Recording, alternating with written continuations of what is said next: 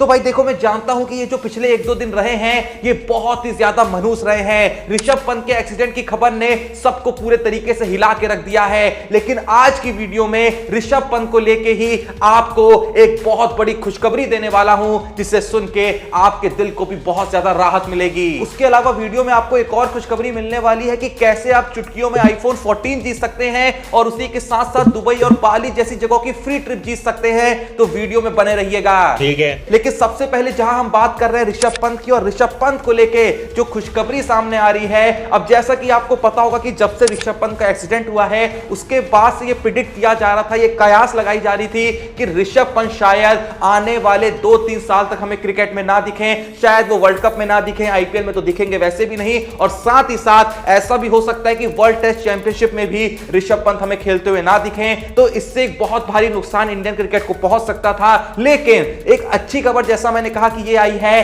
कि ऐसा भी पॉसिबल है कि ऋषभ पंत जो है वो 6-7 महीने के अंदर ही रिकवर हो सकते हैं। क्या बात है सर, क्या बात, ये बात है। क्योंकि भले ही ऋषभ पंत को बहुत ज्यादा चोट आई है, पीठ पे चोट आई है, सर पे चोट आई है, हाथ में चोट आई है, पैर में चोट आई है, लेकिन कोई भी एक भी चोट सीरियस इंजरी नहीं है। जितनी भी चोटें हैं ज्यादातर वो बाहरी चोटें हैं, और असल में बाहरी चोटें जो होती हैं वो जल्दी कहीं ना कहीं भर जाती हैं, लेकिन अगर कोई अंदरूनी चोट लग जाती तो उसको भरने में कई बार कई साल लग जाते हैं। तो इसीलिए डॉक्टरों का कहना है, और बीसीसीआई ने भी कहीं ना कहीं स्टेटमेंट दिया है कि एक भी इंजरी ऐसी नहीं है जो बहुत सीरियस इंजरी हो, तो कहीं ना कहीं ये पॉसिबल है कि साल के अंत तक आपको वापस से पंत मैदान के बीचों बीच खड़े होकर चौके छक्के लगाते हुए देखने को मिल सकते हैं। यहां पे एक बात मैं और कहना चाहूंगा कि जैसा कि आप सबको पता ही है कि जिस तरीके से ऋषभ पंत बचे हैं, जिस तरीके से उनको उन हालातों से निकाला गया है, ये किसी चमत्कार से कम नहीं था।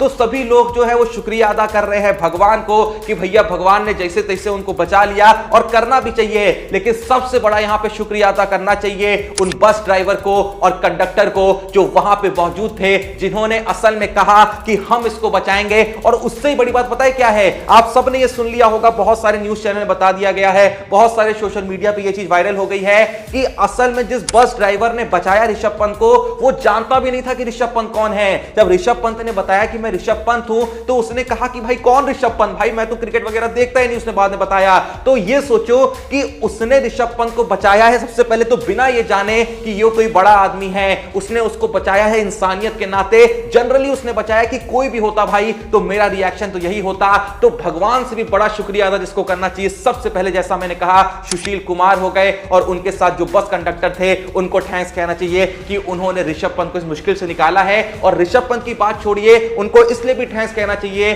कि उन्होंने ये लोगों को भरोसा दिखाया है कि जो इंसानियत है वो अब भी जिंदा है। लेकिन यहां पे भैया सबसे बड़ी बात सामने ये आ रही है कि एक उर्वशी रौतेला का एंगल भी यहां पे जुड़ा है। मैं जानता हूं कि बहुत लोग यहां पे चौंक गए होंगे, लेकिन सच में ऐसा कुछ हुआ है।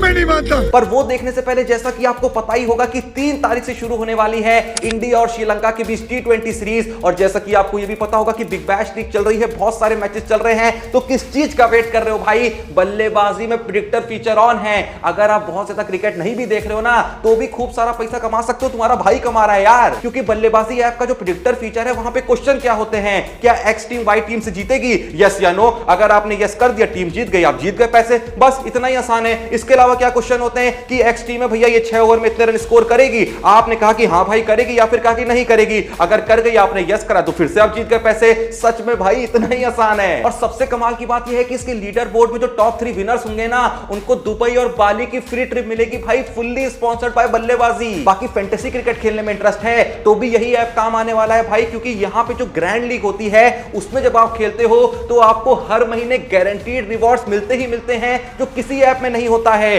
और उसी के साथ साथ भैया यहां पे फैंटेसी क्रिकेट में नॉर्मल फैंटेसी के अलावा बैटिंग फैंटेसी, बॉलिंग फैंटेसी, यानी कि सिर्फ बैट्समैन को चुनना है कि रन के बेसिस में आपको स्कोर मिलेगा, और चुनने सिर्फ होते हैं 5 प्लेयर। भाई एक बार खेल के देखो, सिर्फ मेरी बात मत सुनो, खेल के देखो, कसम से लत ना लग जाए ना तो मेरा नाम बदल देना। तो डिपॉजिट कोड आपकी स्क्रीन में दिख रहे होंगे, बिल्कुल ही वेट मत करें, अभी जाए डिस्क्रिप्शन और पिन कमेंट में दिए हुए लिंक से बल्लेबाजी ऐप को चेकआउट करें और एक बार मेरे कहने पे भाई प्रेडिक्टर फीचर जरूर चेकआउट करना और कमेंट में आके बताना कि कैसा लगा। तो जैसा कि हम बात कर रहे थे उर्वशी रौतेला की, और जब से ऋषभ पंत का एक्सीडेंट हुआ है बहुत लोग ये उम्मीद कर रहे थे कि उर्वशी रौतेला की तरफ से जरूर कोई रिएक्शन देखने को मिलेगा, और हुआ भी कुछ ऐसा ही है। लेकिन यहां पे एक छोटा सा कंफ्यूजन भी है, क्योंकि जैसा कि आपको पता होगा कि जिस सुबह ऋषभ पंत का एक्सीडेंट हुआ है उस सुबह हमारे देश के प्रधानमंत्री नरेंद्र मोदी की जो माता जी थी उनका भी देहांत हो गया था। और जैसा मैंने कहा कि लोग उम्मीद लगा के बैठे थे कि जो उर्वशी रौतेला है वो ऋषभ पंत के ऊपर कुछ रिएक्ट करेंगी, तो उर्वशी रौतेला ने सबसे पहले तो एक पिक डाली जिसमें उन्होंने अपनी फोटो डाली और वहां पे कैप्शन में लिख दिया प्रेइंग। अब समझ में नहीं आया कि ये जो प्रेइंग लिख रखा है ये किसके लिए लिख रखा है, ऐसे ही लिख दिया है या फिर किसी और चीज के लिए लिख रखा है, लेकिन लोगों ने ऐसा माना कि वो जो प्रे कर रही हैं वो कर रही हैं ऋषभ पंत के लिए।